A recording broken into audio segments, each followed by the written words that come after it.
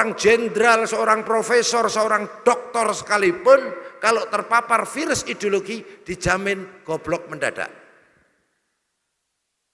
Artinya goblok bukan goblok kognisi atau ilmu pengetahuan yang bersangkutan, tetapi spiritualnya tidak bisa berpikir secara esensial atau substansial.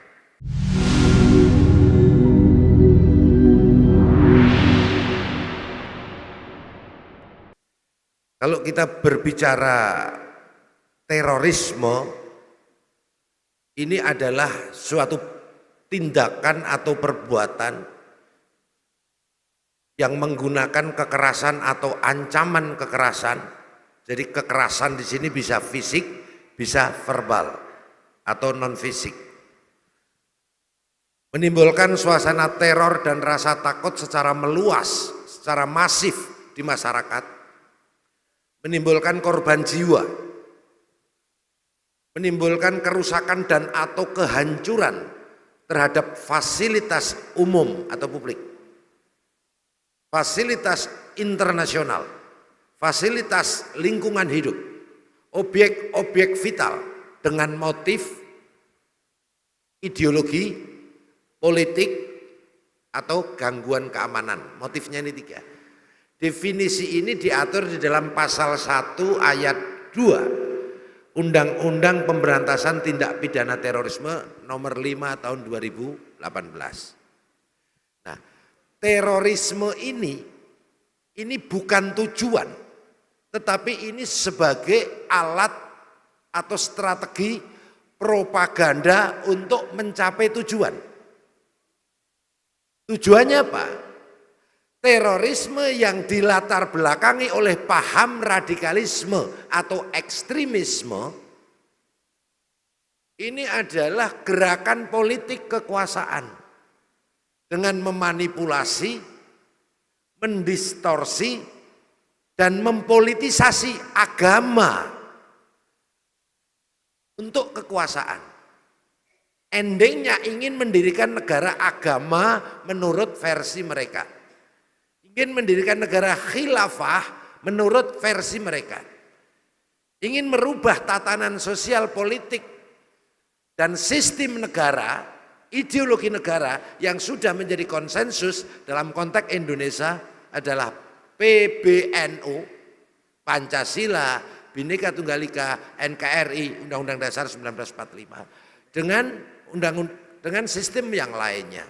Ini yang harus dipahami. Nah, seseorang yang terpapar paham terorisme, pastilah mereka berpaham radikalisme.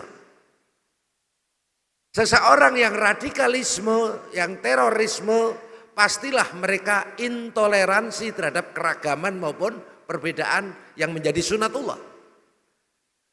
Seseorang terpapar paham terorisme, radikalisme, dan intoleransi, pastilah mereka eksklusif atau terkena doktrin al-wala wal bara, kena doktrin takfiri dengan mengkafirkan tidak hanya orang lain yang berbeda, tetapi juga mengkafirkan negara Indonesia ini yang dianggap belum berdasarkan hukum agama atau hukum Islam. Kalau doktrinnya ya wa malam yahkum bima anzalallah faulaika humul kafirun. Ini mohon maaf ya kalau saya agak nukil ayat ya dikit-dikit tahu. Tapi yakinlah Bapak Ibu saya bukan al ustad, tapi al polisi al densus ya. Jadi kalau ada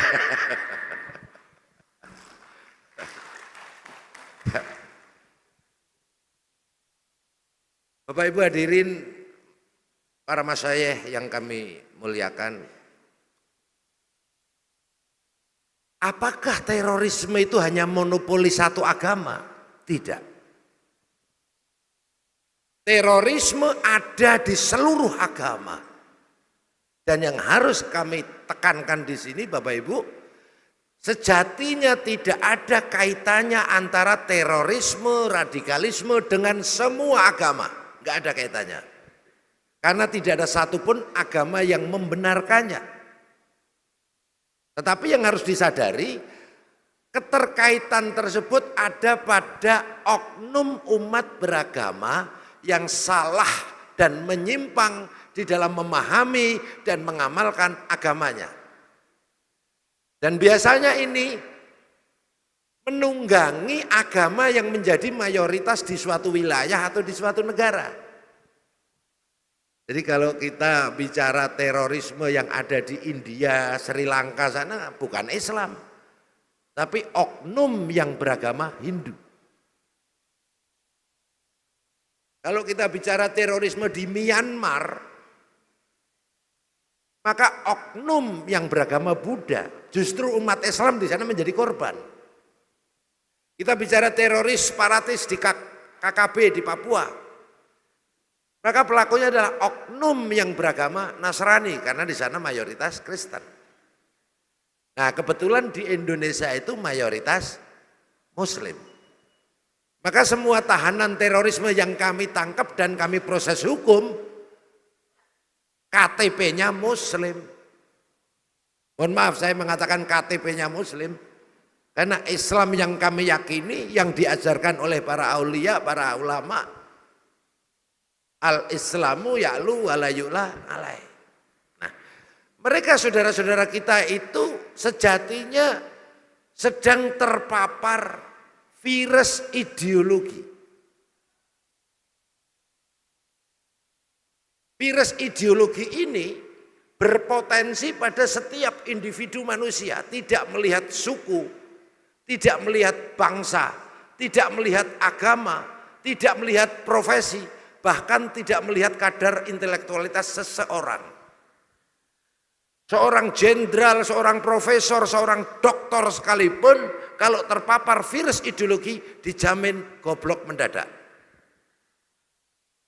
Artinya goblok bukan goblok kognisi atau ilmu pengetahuan yang bersangkutan, tetapi spiritualnya tidak bisa berpikir secara esensial atau substansial. Berpikirnya normatif, tekstualistik, hitam putih, nah seperti itu.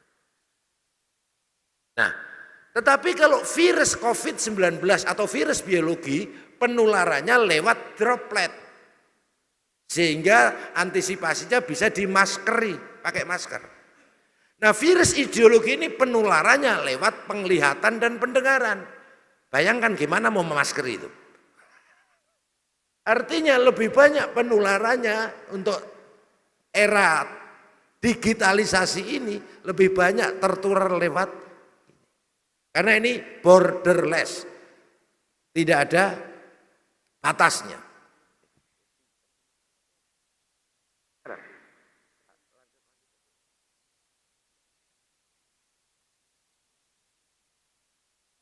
Bapak Ibu hadirin yang dimuliakan Allah, radikalisme terorisme yang mengatasnamakan agama sejatinya adalah krisis spiritualitas di dalam agama. Di sini peran tasawuf itu sangat dominan, sangat penting, dan sangat efektif. Kebetulan ini sahabat-sahabat saya ada di teman-teman, ada mantan ketua Mantiki, ya, sahabat saya Ustadz Nasir Abbas itu yang di depan tuh, nah, berdiri Pak. Nah, ini. Mantan Jamaah Islamnya. Nah, ada yang mengatakan orang NU nggak mungkin terpapar. Saya bawa sahabat saya yang pernah mondok pesantren NU dan sempat iqdad di Aceh, kemudian tertangkap, bergabung dengan Jamaah Islamah. Ada Al Ustadz Sofan Syori, nah berdiri. Oh. Alhamdulillah akhirnya kembali ke NU lagi.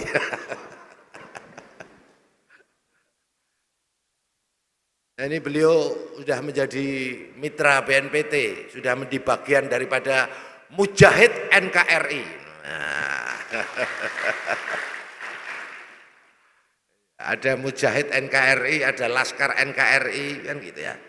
Nanti sebentar lagi ada Laskar Nusantara, Mujahid Nusantara, Nah ini tadi malam kebetulan kan di Multaqo ini kan dibagi berapa komisi, komisi A, B, C ya. Nah alhamdulillah ditambah satu ada komisi D. Tadi malam kami sama Buya sama teman-teman itu diskusi tasawuf juga, komisi D.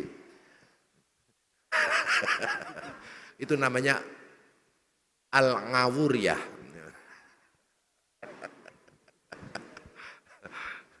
Bapak Ibu hadirin sekalian, radikalisme terorisme ini krisis spiritual. Orang Islam memaknai rukun dalam beragama kan ada 3 sebagaimana sunnah Nabi kan. Rukun iman yang 6, rukun Islam yang 5, dan rukun ihsan. Akhlak, perilaku, budi pekerti. Innama bu'itsu liutamima makarimal akhlak di sini.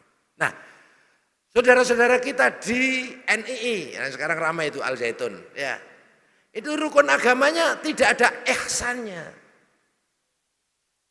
Rukun iman, rukun hijrah, rukun jihad, nggak ada ihsannya. Teman-teman JI, Jamaah Islamiyah, Jamaah Ansarud Daulah dan lain sebagainya, rukun agamanya rukun iman, rukun Islam, rukun jihad. Jadi tidak ada ihsannya. Hizbut Tahrir ataupun organisasi-organisasi radikal yang dibubarkan oleh negara atau pemerintah, rukun agamanya apa? Rukun iman, rukun Islam, rukun khilafah. Gak ada ihsannya. Sehingga radikalisme terorisme mengatasnamakan Islam sejatinya adalah krisis ihsan, krisis spiritualitas, krisis akhlak, terutama akhlak kebangsaan. Karena memang bawaannya ya pengen mengganti ideologi negara Pancasila yang sudah menjadi konsensus ya. Atau kalau Kiai Ma'ruf Amin sering mengatakan negara ini kan sudah darul mithaq, sudah menjadi kesepakatan atau konsensus, tapi dia tidak mengakui. Nah, Bapak Ibu hadirin sekalian, bagaimana cara penanggulangannya? Dan di mana letak peran tasawuf? Alhamdulillah saya dulu lama di Densus, kemudian masuk ke BNPT kira-kira 3 tahun di awal Covid di Agustus. Saya bingung bagaimana mau menjelaskan kepada masyarakat.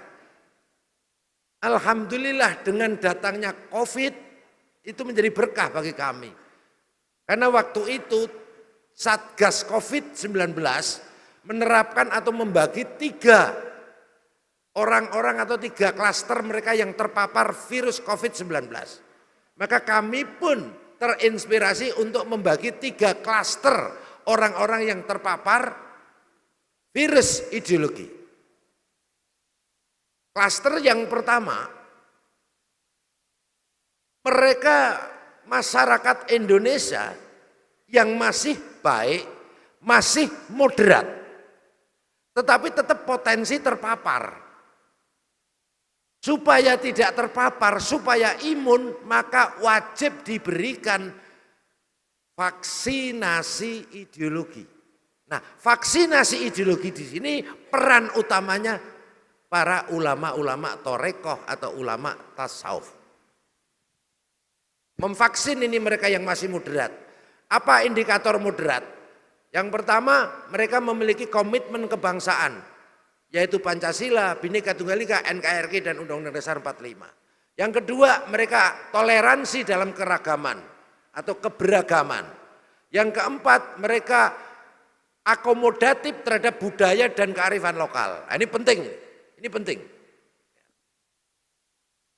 Yang keempat, ya, mereka anti kekerasan.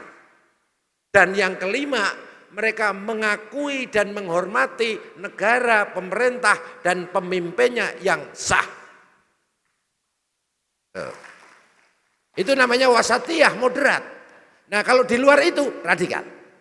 Makanya vaksinasi ideologi ini yang diberikan oleh para ulama-ulama, lah itu menyangkut itu tadi. Dikemas dalam bentuk dalil. Baru setelah itu kita berikan pendekatan kemanusiaan, ekonomi, ya pendidikan dan lain sebagainya, dengan kami berkoordinasi dengan kementerian lembaga terkait, Pemda dan lain sebagainya. Bapak Ibu hadirin sekalian, itu klaster yang pertama. Klaster yang kedua, mereka yang sudah OTG, orang terpapar tapi enggak sadar tanpa gejala. Kalau dalam Al-Quran, ala innahum humul mufsiduna walaki la yash'urun. Wa idza qila lahum qalu. Jadi mereka terpapar, dia membuat kerusakan tapi tidak sadar. Kalau dikatakan jangan membuat kerusakan, qalu innama nahnu muslihun. Enggak, kami sedang memperbaiki, kami sedang menegakkan syariah, kami sedang merevolusi akhlak. Itu kan surat 2 ayat 12. Tolong jangan disambung. Kalau disambung nanti jadi 212, enggak enak kita, jadi fitnah nanti. ini salah satunya. Ini OTG nih. Orang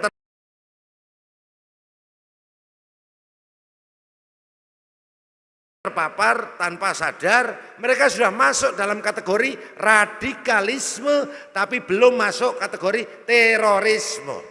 Kenapa? Karena ini belum masuk di dalam list DTTOT.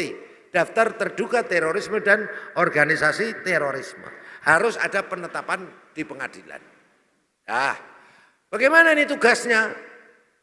Bagaimana cara penanggulangan yang OTG ini karena belum bisa ditegakkan hukum, maka dilakukan yang namanya kontraradikalisasi.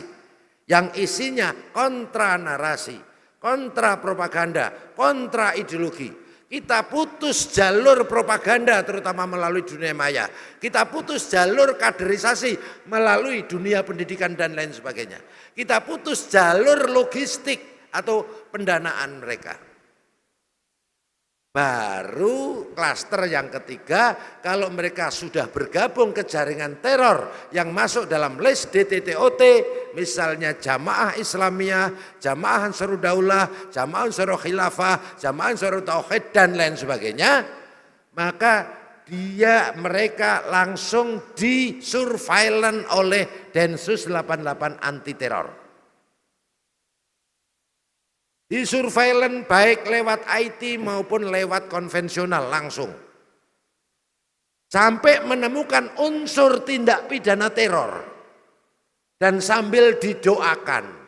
Ya Allah, moga-moga orang ini dapat hidayah sehingga tidak melakukan aksi teroris tetapi kembali kepada moderat.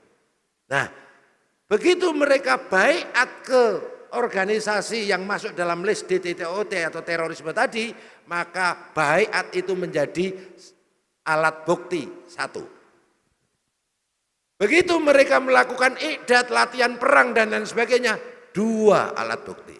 Ini masih dipantau oleh Densus. Sebenarnya udah bisa ditangkap, tapi biasanya Densus 88 anti teror itu minimal harus 3. Supaya apa? Supaya memastikan nanti di sidang pengadilan itu bisa tidak menyulitkan hakim untuk memvonis bersalah. Sudah melakukan liqa, sudah melakukan pendanaan, penggalangan dana atau memfasilitasi. Baru Densus melakukan upaya yang namanya preventive justice. Sebelum melakukan aksi teror, unsurnya sudah terpenuhi, ditangkap, ditindak, diproses hukum, kemudian kami deradikalisasi. Nah, deradikalisasinya juga menggunakan pendekatan tasawuf. Tapi sebelum dideradikalisasi, sebelum pendekatan ideologi, maka pendekatan tasawuf itu artinya kemanusiaan. Kita ambil hatinya, kita manusiakan sambil kita doakan. Plus kita mintakan air tawajuh ke mursyid-mursyid torekoh. Lo bener itu. Betul itu. Air tawajuh dicampurkan ke makanan dan minuman.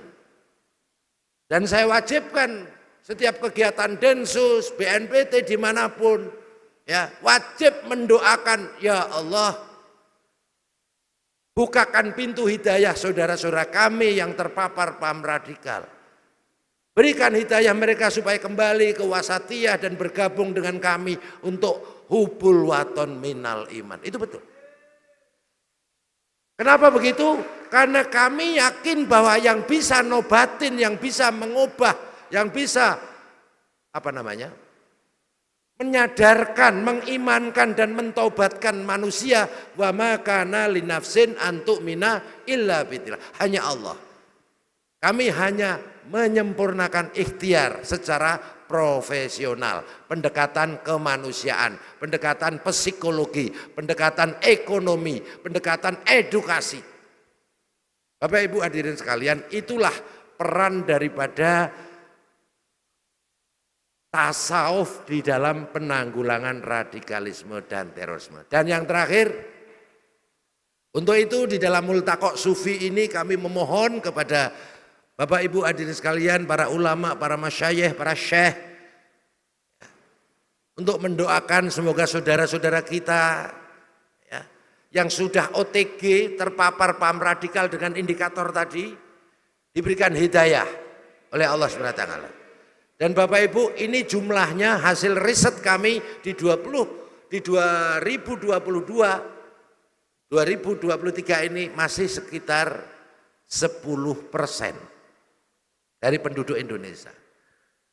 10% kelihatannya kecil ya, tapi itu 23 jutaan itu. Jadi kalau